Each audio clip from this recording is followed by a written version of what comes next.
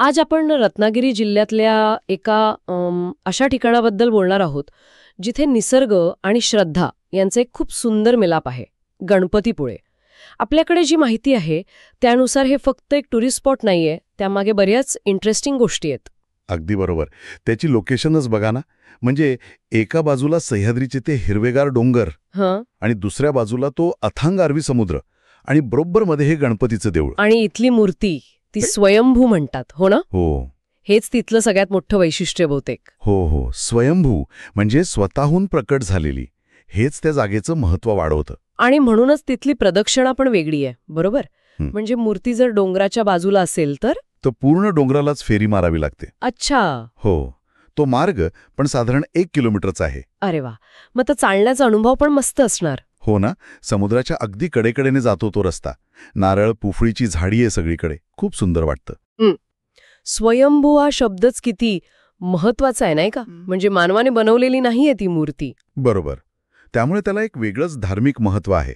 आणि ही जी डोंगराला प्रदक्षिणा घालण्याची कल्पना आहे हो. तीच पर्यटकांना खूप आकर्षित करते. त्यामुळे तिथे गर्दी असते बऱ्यापैकी, खास करून सुट्ट्यांमध्ये. तिथे पोचायचं कसं? समजा मुंबईहून जायचं असेल तर? मुंबईहून साधारण 375 किलोमीटर पडतं.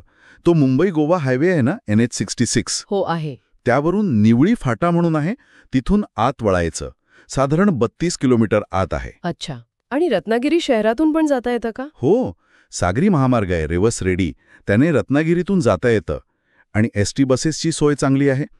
मुंबई, पुणे, कोल्हापूर, नाशिक सगळीकडून डिरेक्ट बसेस आहेत. आणि रत्नागिरीतून तर काय, दर 10-15 मिनिटांनी बस मिळते. बरं. म्हणजे पोचणं तसं सोपं आहे. आणि राहायचं काय?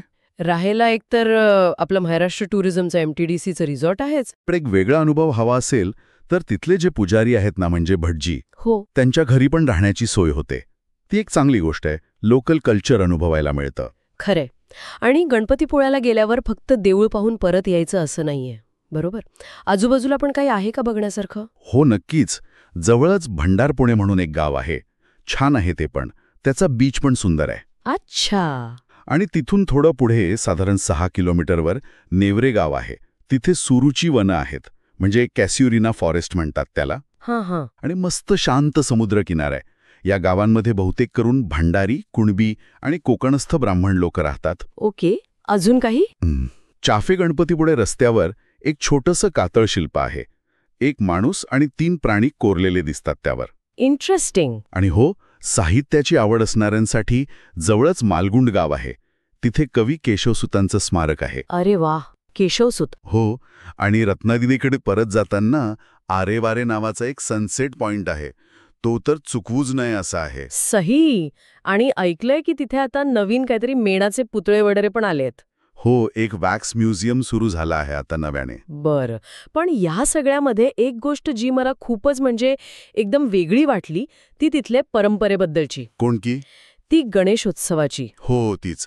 की गणपतीपुळे आणि आजूबाजूची जी गावं आहेत, नेवरे, मालगुंड, भंडारपुळे, तिथे गणेश चतुर्थीला घरात वेगळी मूर्ती आणत नाहीत. बरोबर. गणपतीपुळ्याचा जो मुख्य गणपती आहे तो लंबोदर, तोच या सगळ्या गावांचा मिळून एक गणपती मानला जातो. म्हणजे विचार करा, एका मुख्य दैवतावर एवढ्या सगळ्या परिसराची श्रद्धा एकत्र आलेली आहे. हे खरंच खूप खास आहे. हो ना. ही एकता दर्शवते. आणि हे सगळं सौंदर्य सिनेमामाल्यांनी पण पाहिलंय वाटतं. नवरा माझा नवसाचा मध्ये होतं ना गणपतीपुळे? हो. त्याचं शूटिंग झालंच आहे तिथे. अजून फुल 3 धमाल म्हणून एक होता, त्यात पण होतं. रत्नागिरी जवळचं स्टेशन आणि शहर आहेच. तर गणपतीपुळे म्हणजे खरंच एक कम्प्लीट पॅकेज आहे. स्वयंभू गणपतीचं ते श्रद्धास्थान, सुंदर समुद्रकिनारा, ती डोंगराची नैसर्गिक रचना आणि आजूबाजूची ती सगळी सांस्कृतिक ठिकाणं. हो. आणि पोहोचणं, राहणं सगळं सोयीचं आहे. नक्कीच. म्हणजे केवळ एक धार्मिक स्थळ किंवा फक्त बीच असं नाही येते. ते स्वयंभू देवस्थान, निसर्गरम्य डोंगर समुद्राचा संगम, आजूबाजूची ठिकाणं आणि ही जी वेगळी सामाजिक धार्मिक परंपरा आहे ना, या सगळ्याचं प्रतीक आहे गणपतीपुळे. अगदी. तर श्रद्धा, निसर्ग आणि संस्कृती यांचा अनुभव एकाच ठिकाणी घ्यायचा असेल तर गणपतीपुळे हे एक उत्तम ठिकाण आहे.